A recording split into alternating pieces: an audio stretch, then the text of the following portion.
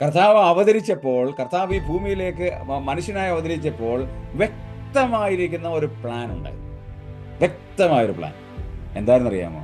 പൗലോസ് അപ്പോസ്തലൻ അതിനെക്കുറിച്ച് ഇങ്ങനെയാണ് പറയുന്നത്: ക്രിസ്തു യേശു പാപികളെ രക്ഷിപ്പാൻ ലോകത്തിൽ വന്നു എന്നുള്ളത് വിശ്വാസികളും എല്ലാവരും അംഗീകരിപ്പാൻ യോഗ്യമായ വചനം തന്നെ. യേശു കർത്താവ് പാപികളെ രക്ഷിക്കാൻ വേണ്ടിയാണ് ഈ ലോകത്തിലേക്ക് വന്നത്. വന്ന കൂട്ടത്തിൽ യേശുക്രിസ്തു ഒരുപാട് അത്ഭുതങ്ങൾ ചെയ്തു, ഒരുപാട് രോഗികളെ സൗഖ്യമാക്കി, ഒരുപാട് അത്ഭുതങ്ങൾ, അതായത് ഭക്ഷണത്തിന്റെ അത്ഭുതങ്ങൾ നടന്നു, രോഗികൾക്ക് സൗഖ്യം നടന്നു, ഒരുപാട് കാര്യങ്ങൾ ചെയ്തു. ഇതൊന്നും അല്ല യേശുക്രിസ്തുവിന്റെ ലക്ഷ്യം.